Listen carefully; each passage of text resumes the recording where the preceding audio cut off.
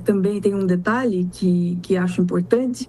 Eu, como conheço bem os bastidores e conheço as pessoas que trabalham nos bastidores, o White tem uma equipe muito boa. O White tem realmente uma equipe muito engajada, os meninos que fazem acontecer. Então, eu vejo que o White hoje, além dos vereadores que já têm fechado... Vou fazer uma pergunta para você. Tudo que você falou do White eu assino embaixo.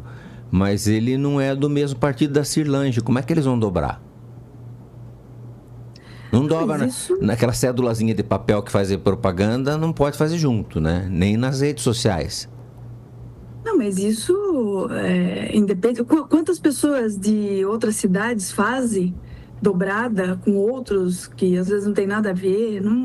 Isso não tem. E são da mesma cidade. Não, mas eu digo, Pode dobrar, como sim. é que dobra? Como é que faz? Pode dobrar, pode. Como é que faz essa coisa? Não tem problema. Tá bom, a rede social, como é que faz dobrar? Não pode. Não, eu fiz uma pergunta. Não pode. Como é que vai andar junto só que eu sou? Porque é a mesma coligação, né? Vai ser a mesma coligação. O União Brasil e com o... Sim. União com o PP. Vai fazer republicano junto? Sim. Como assim? Eu acredito que sim, no majoritário sim. No majoritário sim, mas daí dá para pôr junto? Sim. No papelzinho? Dá. Na rede social? O que é vereador que é complicado.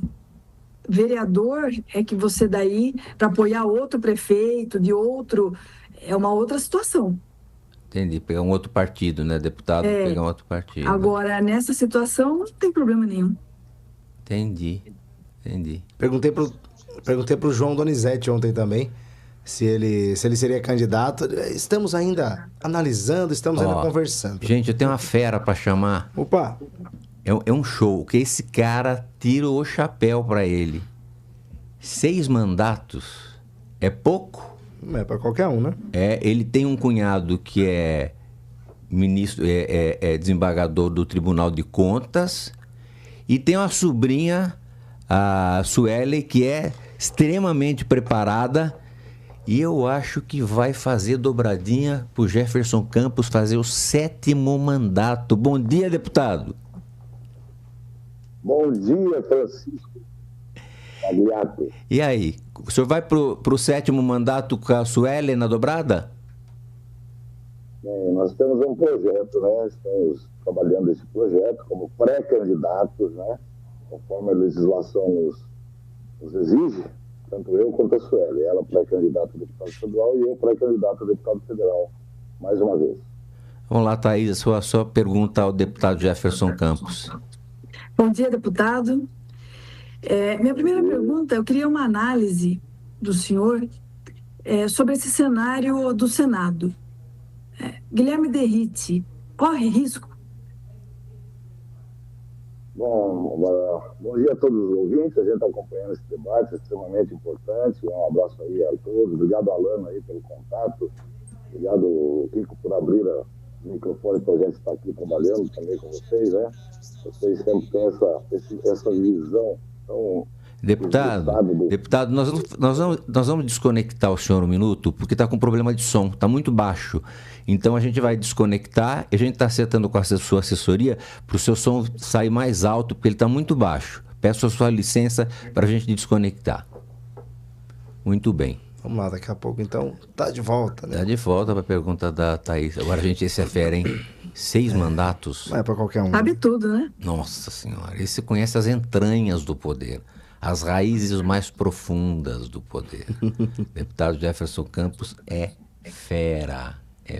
E é muito querido também, como a gente falava agora há pouco, em todo o estado de São Paulo pela Igreja do Evangelho Quadrangular, né? Então, até fora de São Paulo, né? Exato, mas até no estado fora, de São Paulo ele tem uma força, eles tinham, né? Ele e o Carlos César, agora para quem ele colocar ao lado dele vai ter essa migração também, mas eles têm uma força muito grande quando a gente fala de igreja. E a igreja abraça mesmo.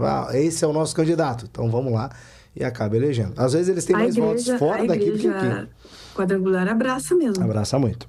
Tem igreja que não faz isso, mas a igreja quadrangular faz. Agora a Simone Marqueto vai mostrar se a católica vai ou não vai, né? A católica já é um pouco mais complicado, né? Entendi. Mas... né, Caio? Eu acho que sim. Tem um outro nome que a gente também apurou ontem, que provavelmente não, já está certo, vai.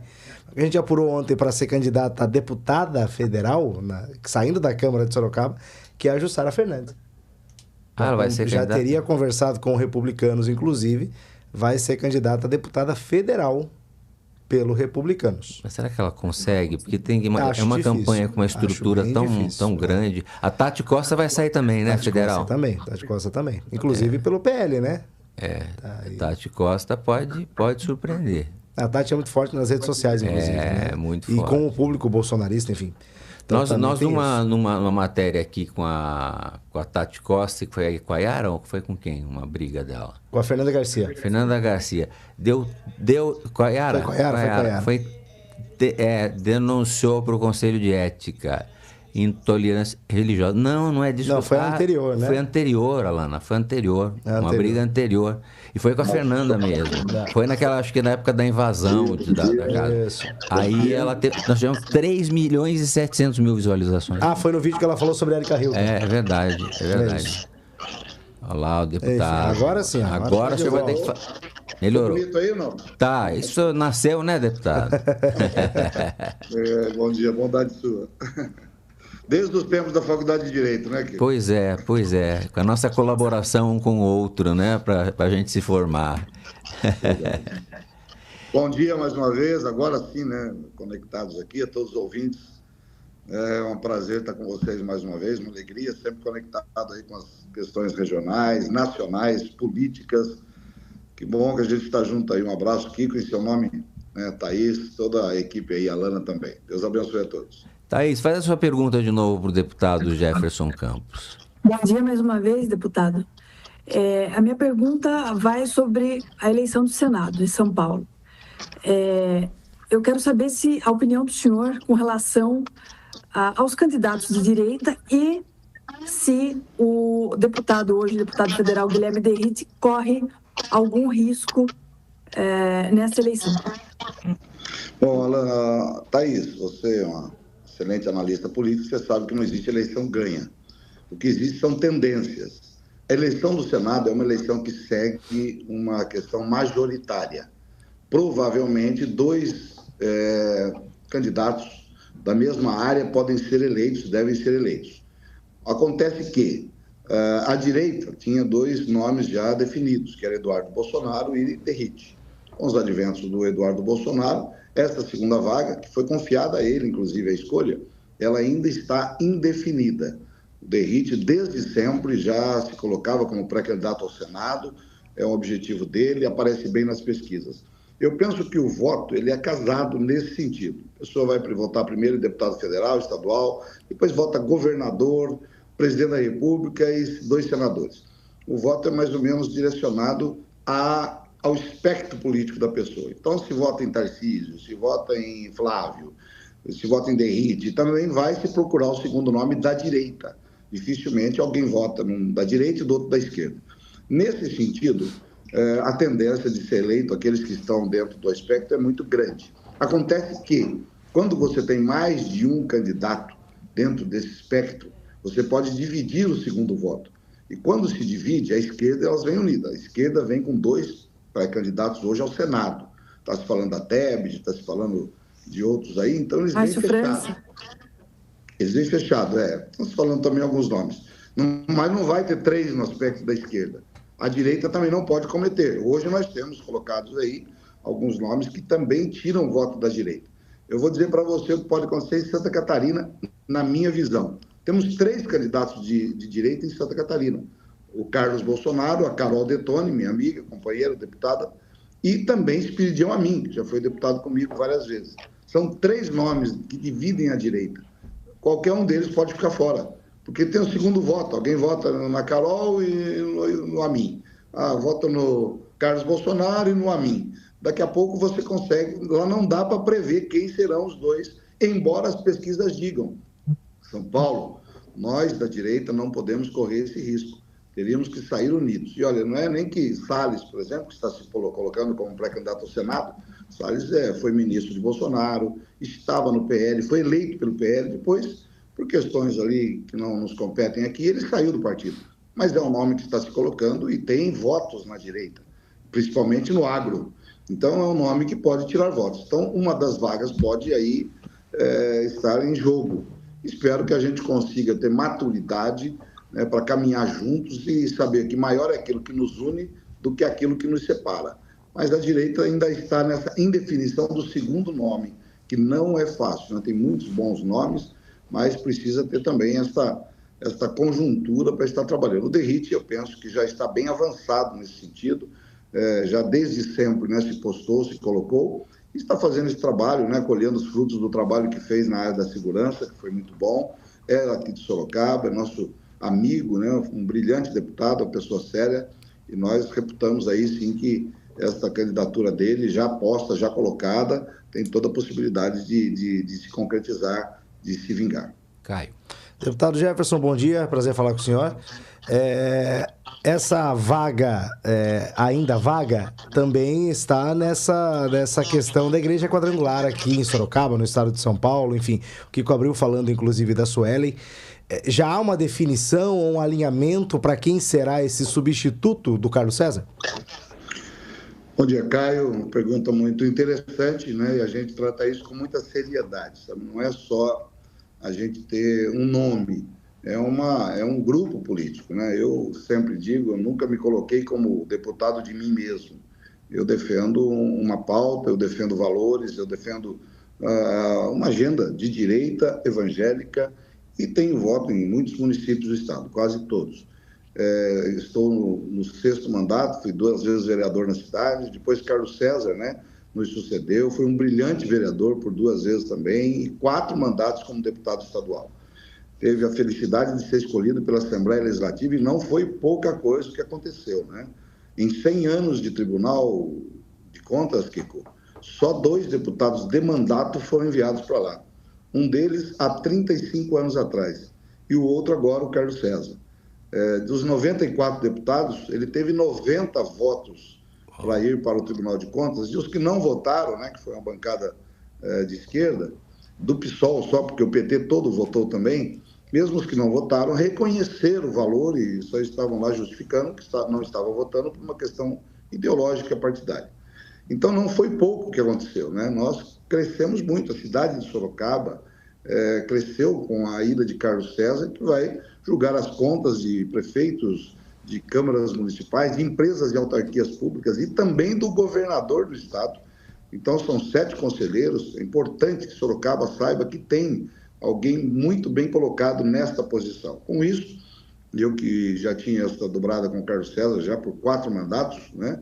Ele teve 180 mil votos na última eleição, uma votação muito expressiva, e a gente trabalha, atua na área da saúde em todo o estado. Essa cadeira, ela não fica vazia, né? Você sabe que quando alguém sai, alguém senta. Então, nós estamos, sim, tentando mantê-la, tentando conquistá-la. Temos pré-candidatura, estamos lançando, né, neste momento, a pré-candidatura da Suelen Gonçalves, que foi secretária municipal aqui,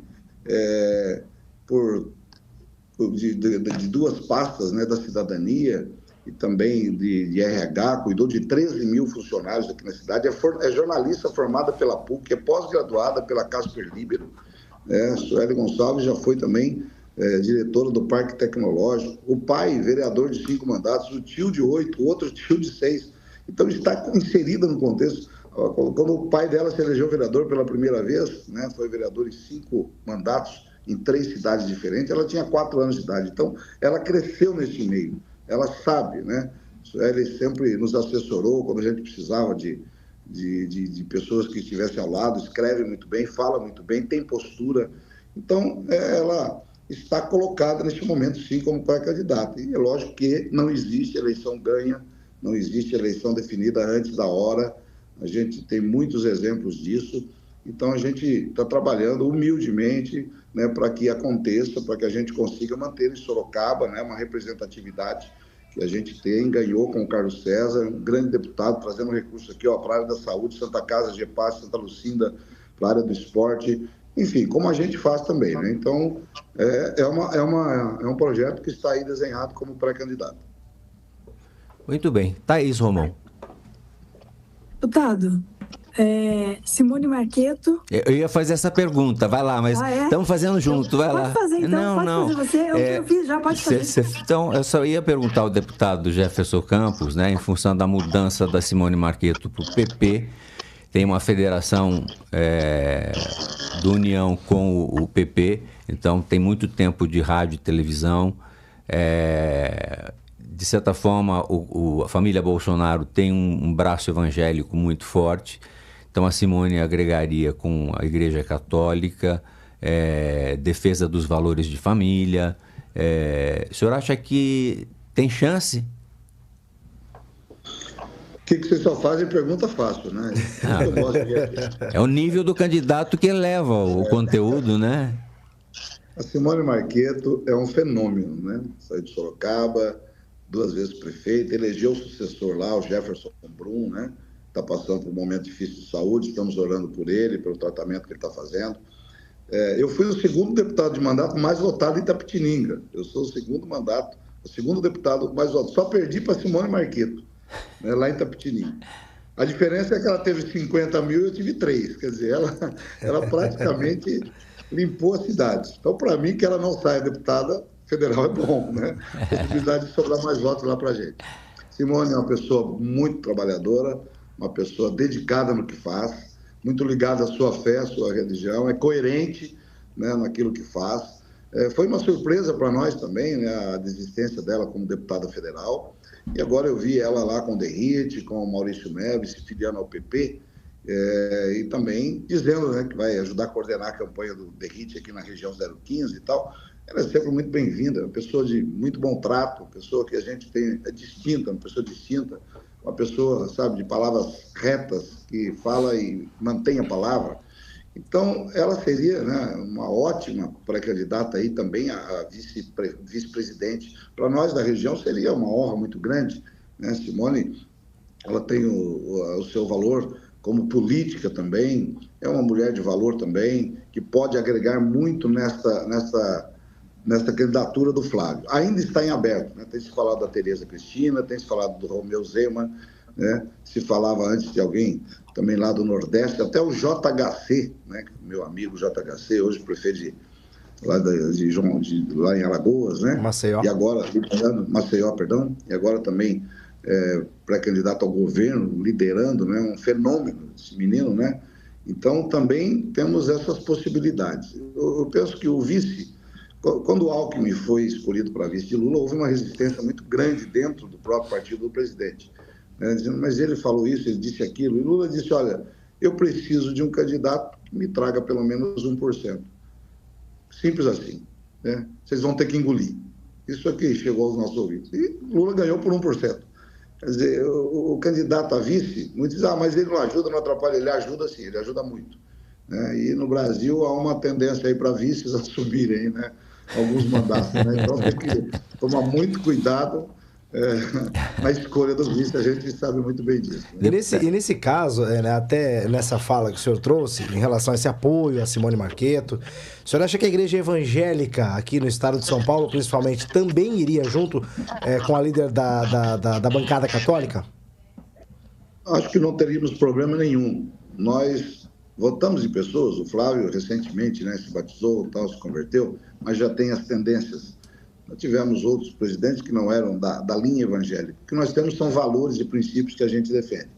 Fica muito difícil a gente, dentro da igreja, pregar a favor da vida. E depois de votar num candidato, seja ele para deputado, seja para vereador, para prefeito, para governador ou para presidente da República, um candidato que vai defender o aborto. Nós estamos lá todo dia, surgem projetos, resoluções, tentando estabelecer a legalidade do aborto. A gente luta dentro da igreja, prega contra as drogas, prega a favor da vida. Toda a igreja está ligada a clínicas que recuperam pessoas. Aí há projetos lá que querem liberar as drogas. Essa semana passada, Gilmar Mendes disse que está na hora do Congresso liberar todas, ou discutir a liberação de todas as drogas do Brasil. E fica muito difícil a gente pregar uma coisa dentro da igreja e depois apoiar um candidato que diz exatamente o contrário. Nós somos cobrados, né? Porque diferente do que se acha que o voto evangélico, o voto das igrejas, o voto conservador é um voto que vem meio direcionado. Não é verdade. A gente tem que ter postura, a gente tem que ter coerência. Eu sou cobrado, cada voto que eu dou, não existe voto neutro. Eu agrado alguém, desagrado alguém. Eu estou aí numa longevidade de mandatos, pela misericórdia de Deus, pela escolha do povo. Sei que muitos não valorizam, mas para a gente, né, eu sou o segundo deputado do Estado com mais mandatos. Então, isso para nós não traz vaidade, isso traz responsabilidade. Então, em cada voto, não teríamos dificuldade nenhuma em apoiar um candidato que tem os nossos valores, e Simone tem. Nós temos a Frente Parlamentar Evangélica, da qual eu sou fundador em 2002, e temos a Frente Católica. E nos unimos em muitas pautas, nós nos unimos, como essa que eu acabei de falar, defendendo a vida, né, contra betes, contra jogos que hoje estão endividando as famílias brasileiras, contra as drogas, a favor da família.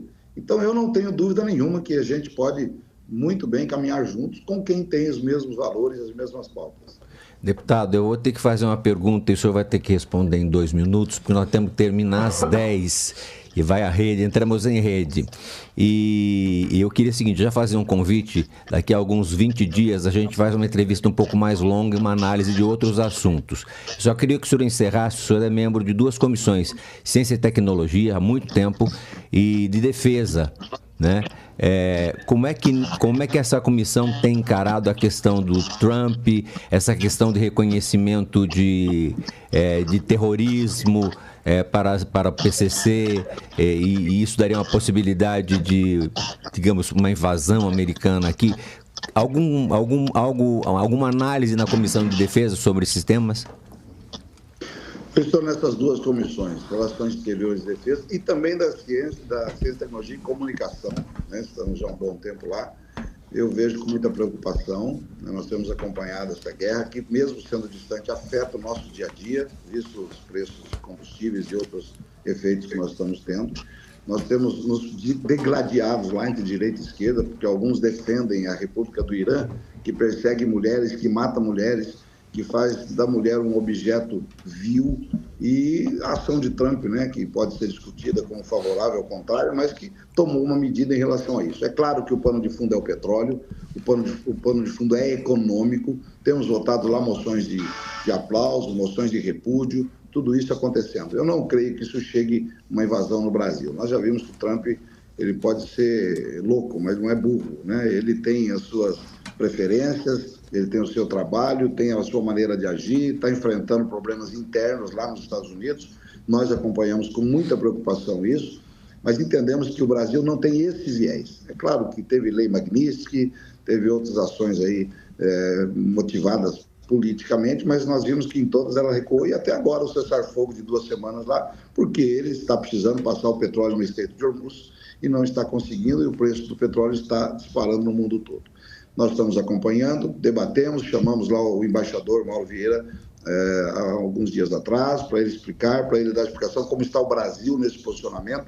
O Brasil é um parceiro importante, né, principalmente nessa questão petrolífera também, e faz com que a gente desenvolva. Em tempos de guerra, a gente tem também que desenvolver a nossa produção. Nós temos aí 25 áreas que podem ter o petróleo em análise, em estudo, para ser liberadas. Então, o Brasil tem que buscar sua autossuficiência, para num momento como esse, não ficar tão dependente do petróleo internacional, de outras fontes de energia. Temos terras raras, temos muita riqueza no nosso solo, nós precisamos buscar isso e fazer com que o Brasil cresça, né, no cenário internacional, e não fique apenas a reboque de grandes potências.